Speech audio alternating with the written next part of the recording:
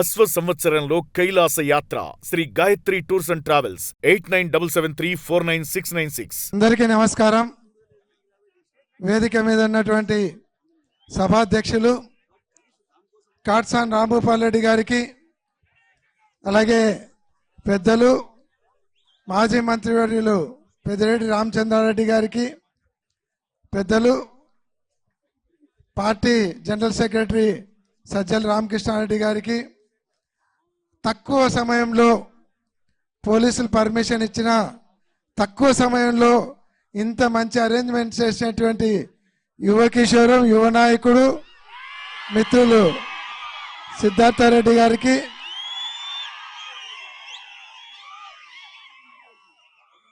అందుకే యువ కిషోరం అనేది,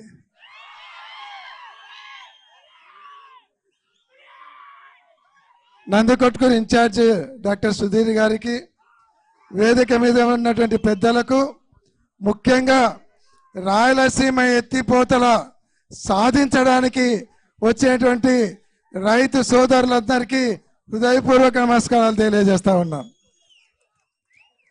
చాలా విషయాలు పెద్దలు చెప్పడం జరిగింది. ఎందుకంటే క్యూసెక్కులు, టీఎంసీలు అంటే మాకంటే ఇంకా మీరే బాగా చెప్పగలుగుతారు. ఎందుకంటే మొత్తం ఎప్పుడు కూడా పొలాలలో ఉండి నీటి కోసం ఎదురు చూసేటువంటి రైతాంగం. కాబట్టి ఈరోజు ఏదైతే రాయలసీమ ఎత్తిపోతల పథకం ఉందో దాన్ని రేవంత్ రెడ్డి గారితో కుమ్మక్కై చంద్రబాబు నాయుడు గారు ఆపడం వల్లనే ఈరోజు మనము ఈ పోరాటం చేయాల్సినటువంటి పరిస్థితులు వస్తూ ఉన్నాయి. ఒకప్పుడు ఇంతకుముందు చంద్రబాబు నాయుడు ముఖ్యమంత్రిగా ఉన్నప్పుడు 14-19లో వాళ్ళు పాలమూరు రంగారెడ్డి, అలాగే డిండి, కల్వకుర్తి ఎత్తిపోతల ఇవన్నీ కూడా పర్మిషన్ లేకుండా వాళ్ళు మొదలు పెడతా ఉంటే మన ఆంధ్ర రాష్ట్రానికి ముఖ్యమంత్రిగా ఉండి చంద్రబాబు నాయుడు ఆ రోజు ఓటుకు నోటు కేసుకు భయపడి, ఆ రోజు అడ్డంగా దొరికి ఓటుకు నోటుకు కేసుకు భయపడి కేసీఆర్ తీసుకుపోయి ఎక్కడ బొక్కలో పెడతాడో, జైల్లో పెడతాడో అని భయపడి ఆ రోజు పర్మిషన్ లేకుండా దానిలోకి అడ్డం చెప్పలేకపోయినాడు. ఆ రోజే రాయలసీమ ప్రజల గొంతు కోసినాడు చంద్రబాబు నాయుడు.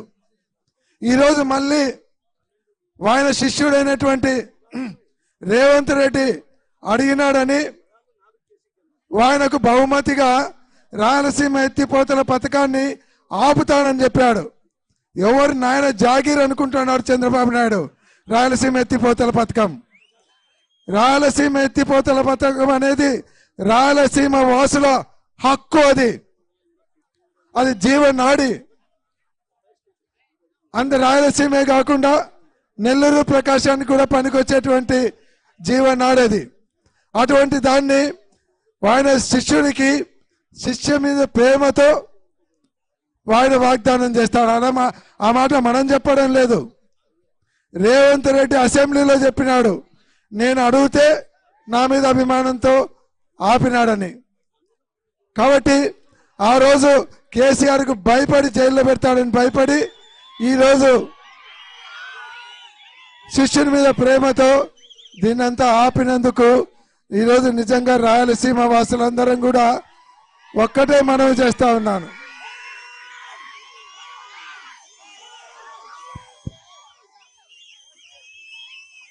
రాయలసీమ వాసులందరికీ ఒక్కటే మనవి చేస్తా ఉన్నాను. మనం సినిమాలలో రాయలసీమ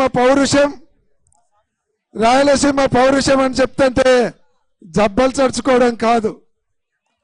ఒక్క విషయం గుర్తుపెట్టుకోండి, ఇన్ని సంవత్సరాలు కూడా మన ఇంటి పక్కన ఉన్నటువంటి దొడ్డి స్థలానికో లేకుంటే మన పొలం గట్ల ఉన్నటువంటి గట్టు విషయంలోనో చిన్న చిన్న విషయాలకు ఫ్రాక్షన్ పెట్టుకొని కుటుంబ పొలాలు అమ్ముకొని ఆస్తులు అమ్ముకొని నష్టపోయినాం.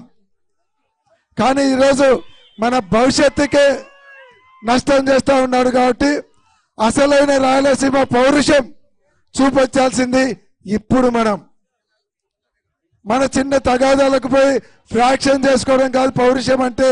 ఈరోజు మన ప్రాంతానికి జరుగుతున్నటువంటి అన్యాయాన్ని ఎదుర్కోవడమే రాయలసీమ పౌరుషాన్ని గుర్తు తెచ్చుకొని ఈ పోరాటాన్ని ముందరు తీసుకుపోయేదానికి ప్రతి ఒక్కరు కూడా కంకణబద్దులు కావాలని నేను చంద్రబాబు నాయుడు గారికి చెప్తా ఉన్నాను. ఇదేదో సభ ఇది అంతం కాదు, ఈరోజు మీటింగ్తో ఆగేది కాదు, ఇది ఆరంభం. ఏదైతే రాయలసీమ ఎత్తిపోతకల పథకానికి పోరాటానికి ఇక్కడి నుంచే రైతులందరూ పూరిస్తున్నటువంటి శంఖారావం అని కూడా చెప్తా ఉన్నాను. మీ మెడలు వంచైనా సరే రాయలసీమ ఎత్తిపోతల పథకం ఇక్కడ ఉన్నటువంటి రైతులందరూ కూడా పోరాటం చేసి సాధించుకుంటామని కూడా మరొక్కసారి మీరు కనుక ఈ రాయలసీమ ఎత్తిపోతల పథకాన్ని ఆఫ్ చేసి స్టాప్ చేసినారంటే చరిత్రహీనులు అయిపోతారని కూడా గుర్తుపెట్టుకోవాలని తెలియజేస్తూ ఈ అవకాశం ఇచ్చినటువంటి సభాధ్యక్షులు రాంభూపాల్ రెడ్డి గారికి ధన్యవాదాలు తెలియజేస్తా ఉన్నా.